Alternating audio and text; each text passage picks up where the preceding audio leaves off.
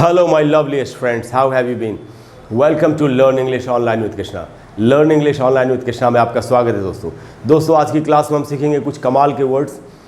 ये सारे words daily use की इंग्लिश के वर्ड्स हैं। डेली लाइफ में जो हम कॉन्वर्सेशन या कम्युनिकेशन करते हैं उनमें ये इस्तेमाल होते हैं और ये खूबसूरत वर्ड्स हैं, हमको पता होने चाहिए। और इनकी सबसे बड़ी खूबी ये है कि ये सारे वर्ड्स ए प्रीफिक्स से शुरू होते हैं। मैं आपको टॉपिक बताता हूँ। देखिए टॉपिक है words starting with prefix A. Prefix क्या होता है दोस्तों? प्रीफिक्स एक लेटर हो सकता है या एक से ज़्यादा लेटर्स हो सकते हैं जो किसी भी वर्ड की जो मेन बॉडी होती है, जो रूट वर्ड होता है, उसके पहले लगते हैं। और इनके लगने के कारण, प्रीफिक्सेस के लगने के कारण वर्ड की मीनिंग भी बदल सकती है। जैसे न्यू का मतलब है नया, लेकिन उसके पहले अगर मैं ए लगा दूं, क्योंकि आज ए की बात चल रही है कि ए कैसे लगता है पहले, तो तब वो वर्ड हो जाएगा अ न्यू और उसका मीनिंग होता है नए सिरे से या नए तरीके से। तो इस तरीके से प्रीफिक्स लगाने से मीनिंग बदलती है। तो यही हम कुछ वर्ड्स सीखने वाले हैं। ये तो वर्ड्स बहुत सारे हैं। मैं आज आपको आज की क्लास में वो वर्ड्स बताने जा रहा हूँ जो हमको सीखने ही चाहिए, जो हम अक्सर या हमको जिनको इस्तेमाल करने की ज़रूरत होती है। काफ़ी इंपॉर्टेंट क्लास है, आपको ध्यान से अंत तक पूरी वीडियो को देखना चाहिए। मैं आपको सारे वर्ड्स एक एक करके बताता हूँ। पहला वर्ड वही है दोस्तों जो मैं आपको बता रहा था अभी, और ये वर्ड है अ न्यू। अ न्यू एक एडवर्ब है।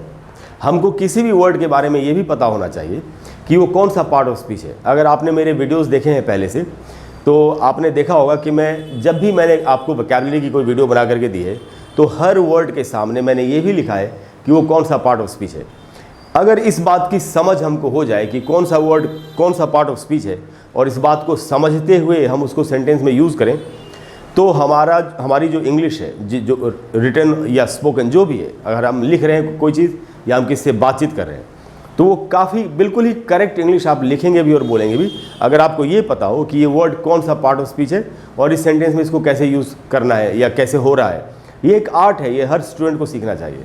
कोई भी ऐसा आदमी जो इंग्लिश को सफलतापूर्वक इस्तेमाल करना चाहता है लिखने या बोलने के लिए, उसको ये आर्ट पता होना चाहिए कि अगर एक ही वर्ड नाउन भी है, वर्ब भी है, या अलग अलग वर्ड्स ही, नाउन्स भी हैं, वर्ब्स भी हैं, या एडजेक्टिव भी कोई वर्ड है, एडवर्ब भी है, तो उसको कैसे सेंटेंस में यूज़ करेंगे, मीनिंग क्या है, कितनी मीनिंग है।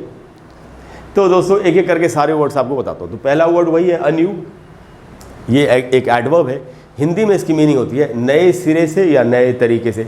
देखिए इंग्लिश में कैसे मीनिंग लिखी हुई इसकी। इंग्लिश में इसकी मीनिंग है अगेन और वन मोर टाइम, फिर से यानी दोबारा या एक बार और किसी चीज़ को करना कैसे, specially in a different way, एक अलग तरीके से। जैसे मान लेते हैं मैंने कोई काम शुरू किया और मैं उस काम से सेटिस्फाइड नहीं हूँ, मैं संतुष्ट नहीं हूँ, या मुझे अच्छा रिजल्ट नहीं मिला उस काम का, तो मैं किसी को बता रहा हूँ कि अरे यार मैं ना नए सिरे से सब कुछ स्टार्ट करना चाहता हूँ, या मैं नए तरीके से हर काम को इस काम को स्टार्ट करना चाहता हूँ फिर से। तो मैं कहूँगा I want to start everything anew. ऐसे यूज़ होता है सेंटेंस में। तो आप समझिए इसकी क्या मीनिंग है। सेंटेंस में देखिए, एक सेंटेंस मैंने आपको बताया, दूसरा यहाँ पर लिखा है। किसी ने कहा एक कविता के बारे में, the poem has been translated anew. कोई कविता थी जिसका अनुवाद किया गया, तो शायद वो जो ट्रांसलेशन था, यानी वो जो अनुवाद था, वो शायद उतना क्लियर नहीं था, या जो मैसेज था कविता का जो एसेंस है, जो सुगंध है उसमें, वो उस ट्रांसलेशन में नहीं आ रही थी। तो किसी ने कहा कि उन्होंने फिर से कविता का अनुवाद कर दिया, एक नए सिरे से नए तरीके से किया, जिससे कि उसका जो असली अर्थ है वो अनुवाद में आ सके। यही बात कही जा रही है, the poem has been translated anew. ये जो वर्ड है दोस्तों, आपने गौर किया होगा, मैं अलग तरीके से पढ़ रहा हूँ। इसको पोएम नहीं बोलते, पोएम। इसका शुद्ध उच्चारण होता है पोएम, फ आधा अ और म, पोएम। आप उच्चारण सीखना चाहते हैं, अगर मेरे चैनल पर मेरी एक प्लेलिस्ट है जिसका नाम है learn English pronunciation and phonetics. उस प्लेलिस्ट में जाके आप उच्चारण के प्रोनाउंसिएशन के ऊपर वीडियोस देखिए। बिल्कुल अंग्रेज़ों की तरह बोल सकते हैं आप, और आपका प्रोनाउंसिएशन एकदम ही करेक्ट हो जाएगा, बिल्कुल शुद्ध उच्चारण, सही उच्चारण। तो उसमें 100 से ज़्यादा मेरे वीडियोस हैं उच्चारण के रूल्स के ऊपर, जो पूरी दुनिया में किसी ने नहीं बनाए। तो एक से एक अनमोल उसमें वीडियोस हैं, आप जा करके देखिए, फिर आपको पता चल जाएगा कि मैं इसको कैसे पोएम पढ़ रहा हूँ, पोएम मैं क्यों नहीं पढ़ रहा। तो सेंटेंस था दोस्तों, the poem has been translated anew. दूसरा वर्ड है अफ्रेश। फ्रेश का मीनिंग होता है ताज़ा। अफ्रेश का मतलब होता है नई ताजगी के साथ, नए रूप में। ये इसकी मीनिंग है। एडवर्ब है ये भी। इंग्लिश में क्या मीनिंग लिखी है, deal with something in a new way. किसी चीज़ को नए तरीके से उस चीज़ को डील करना। तो एक एग्जाम्पल समझते हैं, एग्जाम्पल से चीज़ें क्लियर होती हैं। जैसे यहाँ पर एग्जाम्पल किसी के बारे में कहा जा रहा है, she wanted to start her life afresh. वो अपनी ज़िंदगी को एक नए रूप में, नई ताजगी के साथ स्टार्ट करना चाहती थी। She wanted to start her life afresh. तो anew and afresh मिलती जुलती मीनिंग है, ज़रा सा बाल बराबर बारीक सा फ़र्क है। तो हमको इनको इस फ़र्क को समझ के, असली मीनिंग को समझ के एग्जाम्पल से क्लियर हो जाएगा कि किस बात को, किस वर्ड को कैसे यूज़ करना है, हमको इनको यूज़ करना चाहिए। तीसरा वर्ड है दोस्तों अशोर। शोर का मतलब होता है किनारा, जैसे होता है सी शोर, समुद्र का किनारा, इसमें ए लगा हुआ है शोर में, तो ये वर्ड हो गया अशोर। ये भी एक एडवर्ब है। मीनिंग क्या है? मीनिंग है दोस्तों इसकी टुवर्ड्स। टुवर्ड्स का मतलब होता है की ओर, की तरफ। टुवर्ड्स और on to the area of land from water.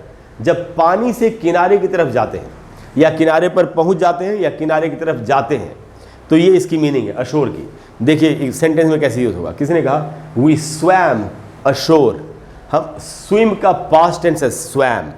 जैसे डू का पास्ट टेंस होता है डिड, गो का होता है वेंट, वैसे स्विम जिसका मतलब होता है तैरना का पास्ट टेंस सेकंड फॉर्म होता है स्वैम। तो किसी ने कहा वी स्वैम अशोर, यानी हम तैर कर किनारे की ओर चले गए या पहुंच गए। We swam ashore. जैसे आप बोल सकते हैं स्ट्रॉन्ग विंड्स, तेज हवाओं ने, strong winds blew the ship ashore. तेज हवाओं ने जहाज को धक्के मारकर किनारे पर पहुंचा दिया। तो ये इसकी मीनिंग दोस्तों अशोर की। उसके बाद जो वर्ड है हमारे पास वो है अटॉप। अब देखिए टॉप का मतलब है ऊंचाई, सबसे ऊंचा, और अटॉप का मतलब है ऊपर, ऊंचाई पर। ये एक प्रेपोजिशन है और इसकी मीनिंग है ऑन और at the top of something. On और एट द टॉप ऑफ यानी समथिंग, किसी चीज़ के ऊपर बिल्कुल होना। सेंटेंस में कैसे यूज होगा देखिए कि एग्जाम्पल है। कुछ लोगों के लिए कहा जा रहा है जो कि गार्डनिंग के, बागवानी के शौकीन है, उनके लिए कहा जा रहा है they have a garden atop the building. उन लोगों के पास बिल्डिंग के ऊपर, सबसे ऊपर एक गार्डन उन्होंने बनाया हुआ है। जैसे लोग बनाते हैं टेरेस गार्डन, तो यही बात कही जा रही है they have a garden atop the building. तो ऐसे दोस्तों अटॉप को यूज़ करना चाहिए। और जो आखिरी वर्ड हमारा आज का वो है अ फुट। अ फुट का मतलब तो पाँव होता है, लेकिन उसके पहले ए लग गया तो पूरी मीनिंग बदल गई।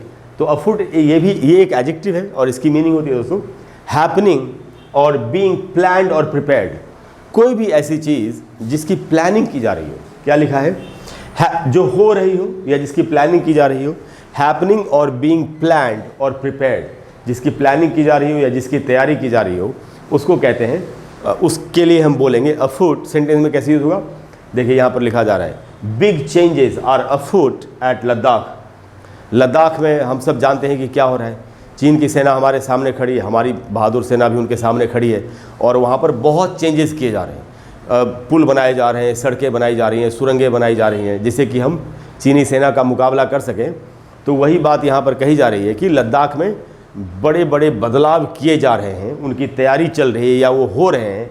हैपनिंग और बीइंग प्लान्ड और प्रिपेयर्ड, ये इसका मीनिंग है अफुट का। सेंटेंस में ऐसे यूज़ हुआ बिग चेंजेस आर अफुट, यानी बड़े बड़े बदलाव किए जा रहे हैं या उनकी प्लानिंग चल रही है। Big changes are afoot at Ladakh. तो दोस्तों मुझे पूरी उम्मीद है कि आज की क्लास के बाद आप इन वर्ड्स को खूबसूरती से यूज़ करेंगे और काफ़ी इफेक्टिव और अच्छी इंग्लिश बोल पाएंगे। अगर आपको क्लास अच्छी लगी हो तो प्लीज़ वीडियो को लाइक करें और शेयर करें और चैनल को सब्सक्राइब करें। अपने फ्रेंड्स के साथ ज़रूर वीडियो को आपको शेयर करना चाहिए, जिससे कि वो लोग भी इसका फ़ायदा उठा सकें, अच्छी इंग्लिश बोल सकें। अगली क्लास में मैं आपको फिर से कोई बहुत ही यूज़फुल टॉपिक बताने की कोशिश करूँगा, जिसको सीखने के बाद आपके लिए इंग्लिश को समझना, उसको यूज़ करना राइटिंग में या स्पीकिंग में थोड़ा सा और भी आसान हो जाएगा। कोई भी अगर ऐसा टॉपिक है, ये मैं अपने हर वीडियो के एंड में पूछता हूँ आप सबसे, या कहता हूँ, अगर कोई भी ऐसा टॉपिक है जिस पर आप चाहते हैं कि मैं आपके लिए एक वीडियो बना दूँ, तो आप नीचे कमेंट बॉक्स में लिखिए। मैं कोशिश करूँगा कि जल्दी से जल्दी आपको उस पर एक वीडियो बना करके दे दूँ। Thank you very much for all your love, your support, your affection. I will see in the next class. Bye bye.